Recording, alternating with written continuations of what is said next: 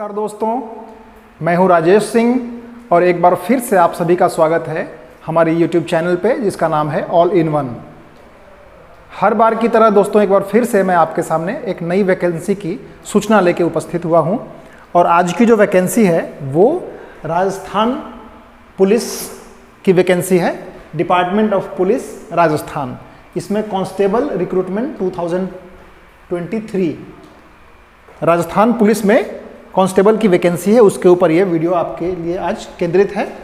और आपको मैं बता दूं सबसे पहले कि जो राजस्थान पुलिस में है 3,378 सीटों के लिए वैकेंसी निकली हुई है।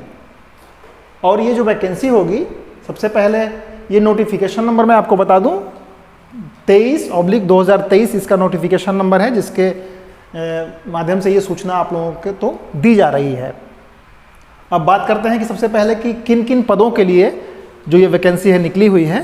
तो ये कांस्टेबल है, जीडी यानी कांस्टेबल जनरल ड्यूटी के लिए है, जिसमें अलग अलग पोस्ट शामिल होंगे।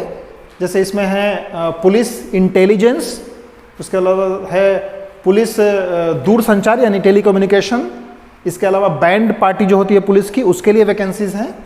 इसके अलावा पुलिस घुड़सवार अश्वारोही और स्वान दल जो डॉग स्क्वाड होते हैं उसके लिए, और उसके अलावा ड्राइवर पोस्ट के लिए। इन पोस्ट के लिए ये जो कांस्टेबल जीडी की वैकेंसी आई है वो निकली हुई है।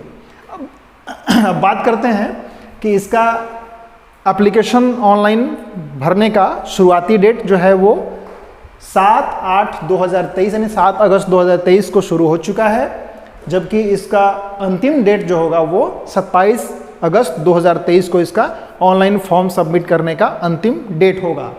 इसके अलावा आपका बीच में आपको 3 दिन का समय मिलेगा अपने फॉर्म को करेक्शन करने के लिए। वो होगा 30, 28, 29 और 30 अगस्त।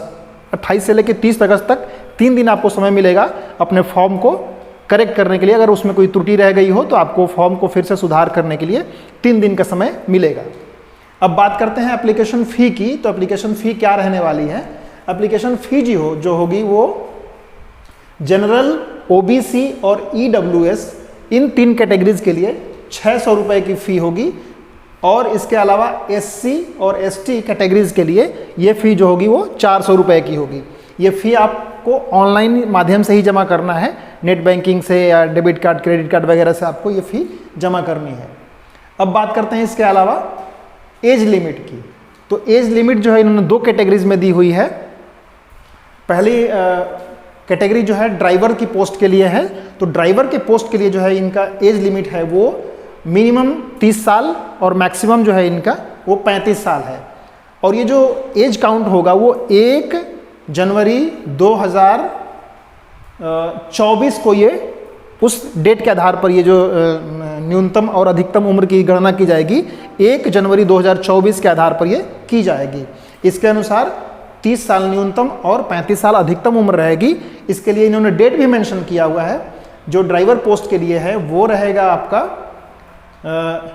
2 जनवरी 1994 वो होगा मेल के लिए, और 1 जनवरी 2006 के बीच जो है उनका जिनका जन्म तिथि होता है वो लोग ड्राइवर पोस्ट के लिए अप्लाई कर सकते हैं मेल कैटेगरी में।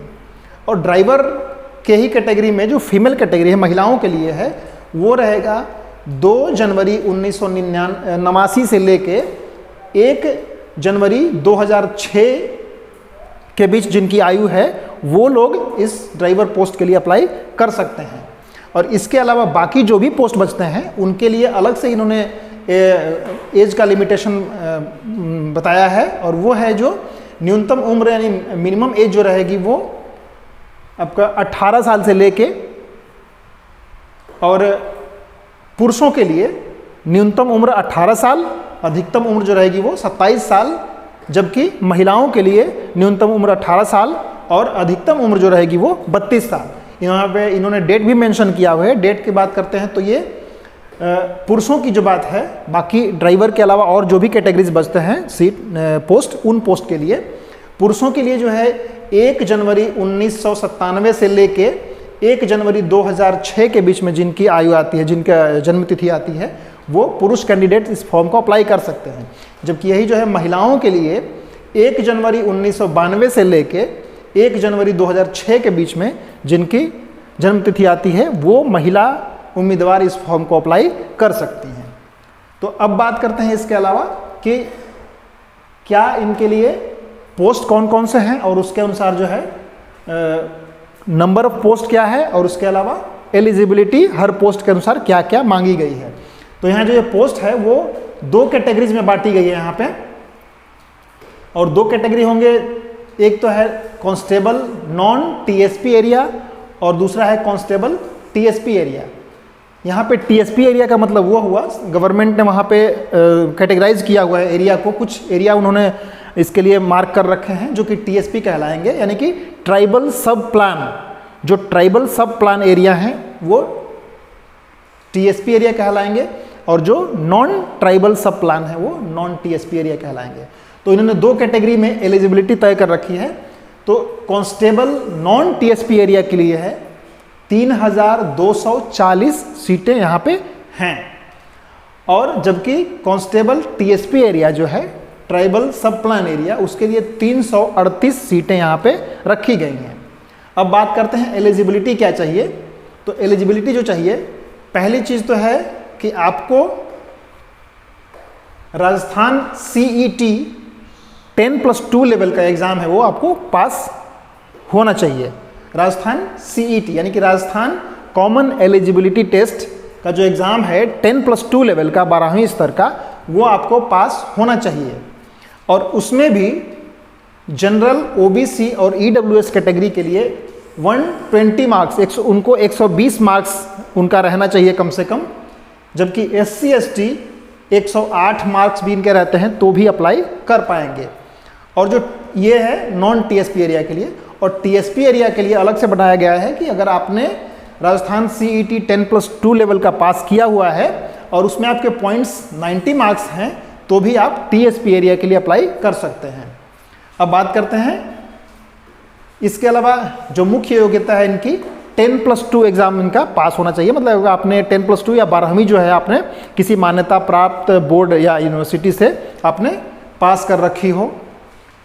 अब ड्राइवर के लिए इन्होंने थोड़ी सी अलग इसमें एलिजिबिलिटी रखी है। ड्राइवर के लिए आपको ड्राइविंग लाइसेंस आपका होना चाहिए और वो होना चाहिए LMV यानी लाइट मोटर व्हीकल या HMV हैवी मोटर व्हीकल, कोई भी हो सकता है। आपके पास DL आपका होना चाहिए।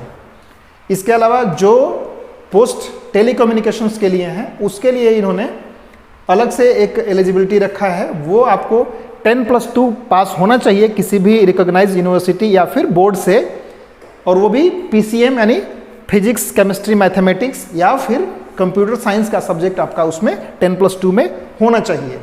तो ये हुई एलिजिबिलिटी।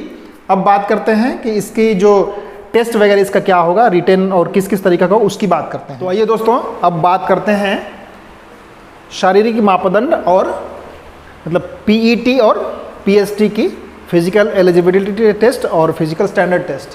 तो अब बात करते हैं सबसे पहले कि आपका इसमें जो है शारीरिक मापदंड जो है वो मापदंड जो बनाया गया है पुरुषों और महिलाओं के लिए 2 कैटेगरी में। तो उसकी बात करते हैं।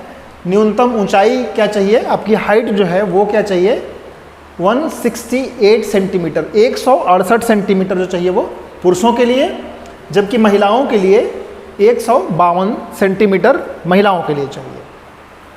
न्यूनतम सीना पुरुषों के लिए बिना फुलाए कम से कम 81 सेंटीमीटर और फुलाने पर कम से कम 86 सेंटीमीटर। यहाँ ध्यान देना है कि आपका कम से कम सीना जो है 81 सेंटीमीटर होना चाहिए, उससे ज़्यादा भी हो सकता है, लेकिन एक्सपेंशन उसका जो है 5 सेंटीमीटर मिलना चाहिए, फुलाने पर 5 सेंटीमीटर का फुलाव मिलना चाहिए। और चूँकि महिलाओं में ये कैटेगरी लागू नहीं होती है। अब बात करते हैं वज़न की बात करते हैं। तो वज़न जो है वो पुरुषों में लागू नहीं होता, पुरुषों के लिए वज़न का कोई न्यूनतम क्राइटेरिया नहीं रखा गया है। हाँ, महिलाओं के लिए ज़रूर रखा गया है और वो होगा 47.5 किलोग्राम, 47.5 किलोग्राम महिलाओं की का जो वज़न है वो होना ज़रूरी है। अब बात करते हैं आपका PET, जिसमें दौड़ होगा आपका 5 किलोमीटर की दौड़ होगी और वो दौड़ जो पूरी करनी है आपको अलग अलग कैटेगरी वाइज अलग अलग आपको उसके लिए समय मिलेगा। तो सारे जो पद हैं जो जीडी के, इंटेलिजेंस है, चालक है, बैंड है, घुड़सवार है, श्वान बल है, दल है, या पुलिस दूरसंचार वगैरह, सारे जो भी पोस्ट हैं, सारे पोस्ट के लिए 5 किलोमीटर की दौड़ रखी गई है और उसमें अलग अलग समय मिलेगा आपको। जैसे पुरुषों के लिए 25 मिनट का समय मिलेगा आपको 5 किलोमीटर का दौड़ पूरा करने के लिए। वहीं महिला कैंडिडेट्स के लिए 35 मिनट का समय मिलेगा 5 किलोमीटर के दौड़ को ही पूरा करने के लिए। जबकि जो भूतपूर्व सैनिक रहेंगे उनको भी मौका मिला है इसमें, और उनके लिए समय जो है वो 30 मिनट का दिया जाएगा, दौड़ बराबर वही 5 किलोमीटर ही रहेगी। जबकि ट्राइबल सब प्लान क्षेत्र के जो अनुसूचित जाति और अनुसूचित जनजाति के कैंडिडेट्स हैं उनके लिए दिया गया है जो वो 30 मिनट का समय दिया गया है। तो ये रहा दोस्तों अब कि पीईटी और पीएसटी के बारे में। अब बात करते हैं कि आपका जो रिटेन टेस्ट होगा वो कैसे होगा। रिटेन टेस्ट होगा वो होगा सीबीटी यानी कंप्यूटर बेस्ड टेस्ट होगा। कंप्यूटर पे आपको ऑनलाइन एग्ज़ाम देना है और उसके लिए आपको कुल मिला के 150 प्रश्न रहेंगे और उसके लिए 150 अंक मिलेंगे आपको, यानी कि 150 क्वेश्चंस रहेंगे और 150 आपको उसके लिए नंबर्स मिलेंगे। प्रत्येक प्रश्न के लिए आपको 1 मार्क्स दिया जाएगा और टाइम जो रहेगा आपका 2 घंटों का, यानी कि 2 घंटे का टाइम और आपको 150 क्वेश्चंस रहेंगे। ठीक है, अब बात करते हैं कि उसमें माइनस मार्किंग है क्या नहीं। जी हाँ दोस्तों, इसमें माइनस मार्किंग है, 0.25 का माइनस मार्किंग है, यानी कि अगर 4 क्वेश्चंस गलत कर लेंगे आप तो उसमें से 1 क्वेश्चन का आपका मार्क जो है वो काट लिया जाएगा। तो ये रहेगा आपका। और अब बात करते हैं कि सब्जेक्ट क्या रहेंगे और किस किस सब्जेक्ट से कितने प्रश्न आने की संभावना रहेगी। तो बात करते हैं सब्जेक्ट रहेगा जो आपका पहला है विवेचना एवं तार्किक योग्यता तथा कंप्यूटर का सामान्य ज्ञान। ये रहेगा एक सब्जेक्ट जिसमें से आपको कुल मिला के 60 प्रश्न रहेंगे और चूंकि हर प्रश्न पे 1 अंक है तो इसके लिए अंक आपके हो जाएंगे जो 60 अंक। दूसरा जो विषय रहेगा आपका सामान्य ज्ञान, सामान्य विज्ञान एवं समसामयिक विषयों पर तथा महिलाओं एवं बच्चों के अधिकारों एवं उनके लिए राजस्थान सरकार द्वारा प्रचलित सरकारी योजनाएं व संस्थाओं के संबंध में जानकारी। तो ये रहेगा जो आपका एक सब्जेक्ट रहेगा मिला के। उसमें से आपको कुल मिला के 45 प्रश्न आएंगे। सारे प्रश्न जो है ऑब्जेक्टिव टाइप रहेंगे, तो इसमें से 45 प्रश्न आएंगे और इसके लिए 45 मार्क्स इसके लिए रहेंगे। और उसके बाद जो लास्ट होगा वो होगा राजस्थान के इतिहास, संस्कृति, कला, भूगोल, राजनीति एवं आर्थिक स्थिति इत्यादि। ये एक सब्जेक्ट रहेगा। इसमें भी आपको कुल मिला के 45 प्रश्न इस सब्जेक्ट से रहेंगे और वो 45 मार्क्स के होंगे। तो कुल मिला के दोस्तों हो जाता है आपका 150 मार्क्स प्रश्न हो जाएंगे और 150 जो आपको उसके लिए मार्क्स हो जाएंगे और 2 घंटे का टाइम रहेगा। और जो आपको बताया मैंने कि 0.25% का आपका जो रहेगा वो माइनस मार्किंग रहेगा, 25% का माइनस मार्किंग रहेगा, यानी कि 4 क्वेश्चंस गलत होने पे आपका 1 क्वेश्चन का नंबर आपका 1 अंक काट लिया जाएगा। तो ये है। और एक चीज़ मैं करेक्शन करना चाहूँगा, यहाँ पे मैंने गलत सूचना दे दी थी आपको, मिस लिखने में वो हो गया। तो 3378 ना हो के बल्कि 3578 पोस्ट के लिए ये वैकेंसी आई हुई है। आप एक बार फिर से उसको देख लेंगे, 3578 पोस्ट के लिए वैकेंसी आई हुई है। तो ये तो रहा department of police Rajasthan constable recruitment 2023 की वैकेंसी। और बाकी आपको हमारे लिंक आपका इसका जो नोटिफिकेशन ऑनलाइन करने से पहले आप पूरा नोटिफिकेशन अच्छे से पढ़ लीजिएगा। तो हमारे डिस्क्रिप्शन बॉक्स में जो है उसका लिंक आपको मिल जाएगा, वहाँ जाके आप लिंक उसका ओपन करके और नोटिफिकेशन पढ़ सकते हैं, चाहे तो आप डाउनलोड कर सकते हैं। अगर आपकी डिमांड होती है, कई लोग पूछते हैं, तो फिर इसके ऊपर डिटेल वीडियो भी बनाने का प्रयास करेंगे कि किस किस तरीके से इन सब्जेक्ट्स का थोड़ा सा और विश्लेषण करेंगे हम लोग। तो ये रही आज की जो है हमारी department of police Rajasthan constable recruitment 2023 के बारे में वैकेंसी। और अगले वीडियो में आपसे एक बार फिर मिलेंगे अगली वैकेंसी के बारे में। तब तक एक चीज़ कहूँगा कि हमारे चैनल को सब्सक्राइब करिए, वीडियो अच्छी लगी हो तो लाइक करिए, अपने दोस्तों के साथ शेयर करिए ताकि वो भी इसका ज़्यादा से ज़्यादा फ़ायदा उठा सके। अगले वीडियो में फिर मिलते हैं, तब तक के लिए बाय बाय।